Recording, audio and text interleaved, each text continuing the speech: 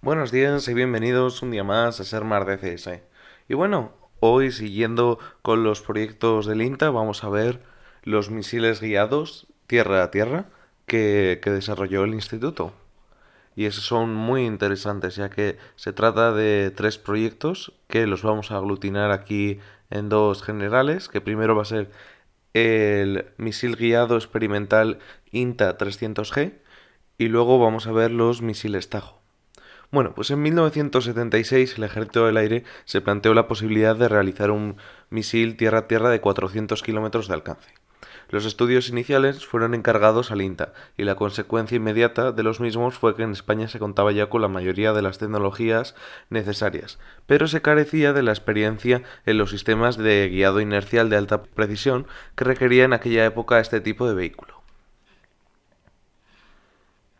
También en el sistema de control, aunque ya más asequible, por los trabajos en el anterior proyecto del misil banderilla, se precisaba adquirir las técnicas y tecnologías relativas al control fuera de la atmósfera.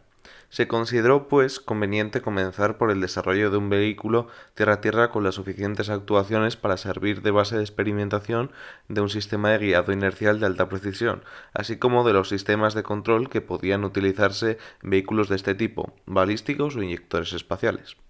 Puesto que el objetivo principal era adquirir dicha experiencia, el diseño se basó en los motores existentes de las dos etapas del cohete de sondeo INTA 300, aunque pronto se apreció que, para conseguir la precisión deseada, era necesario introducir un motor Vernier como tercera etapa, con coste de combustión prácticamente instantáneo, con lo que ordenase el calculador de a bordo. Surgía así el proyecto del vehículo guiado experimental INTA 300 o INTA 300G. Además de adquirir experiencia, otro objetivo del proyecto era explorar y determinar las posibles fuentes de transferencia de tecnología extranjera y suministradores disponibles en un área muy sensible y dificultosa para un país no integrado en la OTAN. Se trabajó en este proyecto entre el 76 y el 80 en colaboración con la empresa británica British Aerospace, hoy llamada BAE Systems, y aunque el proyecto no fue finalizado, se llegaron a realizar modelos físicos de los subsistemas principales y se instaló un laboratorio muy avanzado para ensayo y desarrollo de sistemas de guiado y control, donde se probaron los mencionados subsistemas. En la figura que os pondré ahora en pantalla se presenta la configuración general y en la tabla se incluyen las características principales del vehículo. Los objetivos del programa era realizar un vehículo experimental con guiado inercial de precisión, que sirviera de plataforma de ensayo para la formación y entrenamiento del personal español en este tipo de guiado, así como su posible aplicación a otros desarrollos operativos. Desde este objetivo se encontraba otro derivado, el crear las bases para establecer en España un centro de experimentación de guiado de misiles. Sin embargo, así como en el proyecto del misil banderilla, los desarrollos de cohetes de sondeo y las deficiencias tecnológicas nacionales eran múltiples a su inicio. Para este habían sido ya cubiertas la mayoría de ellas, pero quedaban aún algunas importantes, como es la que dio origen al proyecto, es decir, la tecnología del guiado inercial de precisión en vehículos balísticos. Se puede también mencionar otras, como la de motores de propulsante sólido con corte de combustión cuasi instantáneo y el control fuera de la atmósfera. Se encontró en la empresa británica British Aerospace Dynamics Group de Stavanger el colaborador adecuado. Es un nombre bastante lioso. Bueno, el desarrollo del programa. El proyecto comenzó en el febrero del 77 y se dividió en tres fases. La fase A, que era la de viabilidad, la fase B, definición, y la fase C era desarrollo y lanzamiento. Para ello se creó un grupo de trabajo en el INTA que se desplazaba a Inglaterra regularmente. La fase A se realizó en febrero y junio del 77 y en ella se examinaron los criterios básicos de viabilidad del proyecto: precisión, propulsión, guiado, así como los trabajos esenciales y críticas que deberían ser para el proyecto primordiales en el estudio de la fase B.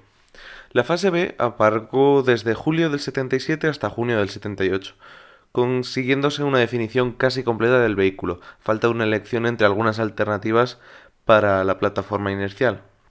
El coste de la fase A fue unos 3,7 millones de pesetas, al cambio son unos 167.000 euros, de los que 1,5 millones de pesetas eran del INTA y el resto eran para BAE Systems. Para la fase B se llegó a 29 millones de pesetas, 1.300.000 euros más o menos, y siendo 15,5 millones de pesetas para el INTA y el resto para BAE Systems. La fase C se había presupuestado en 589 millones de pesetas, unos 27 millones de hoy en día, y era durante 36 meses para lanzar 3 prototipos.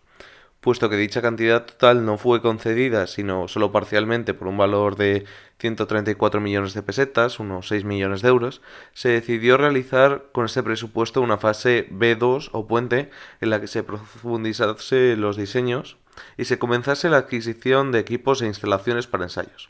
La fase B2 comenzó sin solución de continuidad en julio del 78, terminando en marzo del 80. En esta fecha, tras la compra de algunos equipos de guiado y control para ensayos y no preveyéndose ninguna ampliación de fondos para la fase C, se decidió cancelar el proyecto y reservar los fondos no empleados para cooperar a la adquisición de instalaciones de ensayo de guiado y control que culminarían en el 81, con la creación del laboratorio de guiado del INTA, uno de los más avanzados para el estado del arte de la época y también en la actualidad, con las sucesivas mejoras que ha ido adquiriendo. Como requisito inicial del misil se impuso un error en el impacto de unos 500 metros, ya sabéis, a la redonda, utilizando los motores del INTA 300 y con una carga útil de unos 90 kilos. El alcance máximo debería ser en torno a los 200 kilómetros. Posteriormente, al tener que introducir el motor Vernier para obtener la precisión deseada, el alcance aumentó hasta 220 kilómetros. Puesto que se trataba de un vehículo guiado, podía alcanzar bien ángulos bajos de hasta 60 grados para obtener alcances largos o ángulos altos como 85 grados para alcanzar apogeos altos, llegando hasta los 140 km de altura máxima. El alcance y el apogeo podían modificarse actuando sobre dos variables: el instante del corte de la combustión en la tercera etapa o el ángulo del lanzamiento. Inicialmente se estimó que un vehículo con las dos etapas de cohete sondeo INTA 300 provisto del oportuno guiado y control bastaba como plataforma de ensayos. Pronto se constató que era necesaria una tercera etapa, un motor Vernier de bajo empuje en el que se pudiese cortar el empuje automáticamente con gran precisión, de acuerdo con las órdenes enviadas con el calculador de vuelo. Así se obtuvo un vehículo de 3 etapas cuyos motores de la primera y la segunda serían iguales a los de los INTA 300, mientras que la tercera se derivaría de un cohete Teide, cuya longitud se habría cortado y con un sistema en la cabeza para crear por voladura un vacío instantáneo en la cámara, lo que detendría la combustión. Para la primera etapa se adoptaron desde el comienzo unas aletas similares a las de la primera etapa del INTA 300, pero las de la segunda y tercera, que proporcionaban el control, el análisis se prolongó durante las fases A y B del proyecto. La tercera etapa, además del control aerodinámico para mando de la zona, también dependía de los 20-40 kilómetros de altura y estaba provista de otro exoatmosférico por chorros de gas frío que le permitían controlar el empuje y entonces así designar su objetivo muy precisamente.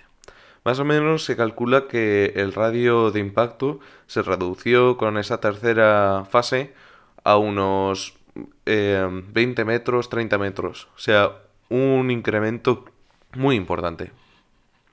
Otro misil muy importante desarrollado en esta época fue el misil Tajo, que fue un proyecto realizado entre el 86 y el 88 bajo la dirección de la Junta para la Investigación y Desarrollo de Cohetes, dentro de la Subdirección General de Tecnología e Investigación, actual Subdirección General de Tecnología y Centros, de la Dirección General de Armamento y Material del Ministerio de Defensa. Se trataba de un cohete tierra-tierra táctico con los siguientes requisitos iniciales: un alcance superior a 100 kilómetros, una carga militar de 200 kilos y un peso total menor de 2.000 kilogramos. Con este proyecto, el Ejército de Tierra continuaba su tradición de cohetería tierra-tierra, modernizándolo para introducirse en el campo de los misiles. Desde finales del siglo XIX hasta principios del XX, el Ejército de Tierra, por medio de sus centros de artillería, había construido cohetes derivados del tipo Combregue británico. Posteriormente y hasta los años 40 se modernizaron esos cohetes de combate naval y terrestre y se diseñaron otros para servicio de mensajería en los conflictos bélicos. En forma similar, el Ejército del Aire que creó en su centro de investigación, el INTA, a mediados de los años 40, el Ejército de Tierra desarrolló su propia tecnología de cohetes aprovechando técnicas británicas y alemanas de la Segunda Guerra Mundial, principalmente desde la creación del Laboratorio Químico Central de Armamento de Marañosa en 1952. Fue en este centro donde se comenzaron los desarrollos de los cohetes tierra-tierra, los tipos E, G y D, modificando otros de origen alemán. Tenían alcances máximos de entre 2 y 5 kilómetros, estando estabilizados por rotación. Y el propulsor estaba constituido por múltiples barras de propulsante tipo doble base. Posteriormente, en el 58, se creó la mencionada JIDC para dirigir y centralizar los estudios sobre cohetes en los diversos centros técnicos del Ejército de Tierra, además del LQCA. Así se diseñaron los modernos cohetes Teruel, de 15 a 20 kilómetros de alcance, en 1968, Duero, de 40 kilómetros, en el 85, y el M25, de 25 kilómetros, en el 2000, que se desarrollaron en colaboración con la industria de defensa española. Estos son vehículos ya estabilizados aerodinámicamente con aletas y con único grano de propulsante, inicialmente de tipo doble base, para pasar posteriormente al tipo compuesto de polibutadieno como combustible. Aunque fue un proyecto del Ejército del Aire y no del de tierra, un verdadero antecedente del Tajo fue el misil tierra-tierra de 400 kilómetros del año 76, el cual daría origen al cohete Inta-300 guiado, que se ha descrito anteriormente. De hecho, buena parte del personal del INTA que trabajó en este último proyecto también lo hizo en el del Tajo, transfiriendo a este sus conocimientos de cohetería, aerodinámica, control y guiado inicial. El proyecto del misil Tajo aprovechó los conocimientos sobre motores de cohete, cargas militares y equipos de operación de los anteriores cohetes del Ejército de Tierra, unidos a los ya mencionados del INTA. Se realizaron los trabajos en el 85, abandonándose por falta de dotación económica, y en el 88, aunque continuaron los estudios sobre misiles tierra-tierra, como indicaremos después, pues completamente se abandonó. El programa desde el 85 y durante la primera mitad del 86, que fue cuando intervino el INTA, la JIDC dirigió la realización de los estudios iniciales por un equipo técnico formado por la Academia de Artillería. En ello se preveía que el diseño y definición del sistema se realizase a mediados del 88 y el primer vuelo en los 90. Para estos estudios, el LQCA había contado con la colaboración de Ibermisil, que llevó a cabo estudios del motor y la cabeza de guerra. También se preveía la consulta al Ejército de Tierra sobre los dos anteriores subsistemas y la aproximación al INTA para el guiado y el control. Como resultado, contaban con unos estudios operativos y tácticos y unos diseños preliminares del vehículo, motores cabeza de guerra y lanzador. Sobre el guiado y control carecían de medios humanos y técnicos para acometerlo. La experiencia del INTA en sistemas de guiados y control era conocida. El misil banderilla, el INTA-300, el laboratorio de Guaidó, tenían muchísima experiencia ya. Por ello, la JIDC se dirigió al instituto en el 86 solicitando colaboración para el guiado y el control del misil Tajo y se ofreció una contribución de varios ingenieros al Departamento de Armamento Aeronáutico con la infraestructura correspondiente. La primera reunión se hizo en el septiembre del 86 y se acordó que el INTA se responsabilizaría del equipo de control técnico y de la configuración aerodinámica necesaria. Por el momento se continuó con el resto de distribución de trabajos, como se indicó ahora mismo, y el Ejército de Tierra se quedó con Ibermisil para la dirección de tiro. Se combinó también que el INTA, así como el resto de participantes, realizasen estudios y análisis preliminares. Bueno, pues la reunión inaugural de la fase 0 se celebró en abril del 87 y las distintas compañías se repartieron las necesidades y los trabajos. Para la ejecución de los estudios en estos temas, en el 87 se firmó un convenio por un valor de 12 millones de pesetas, unos 200.000 euros de hoy en día.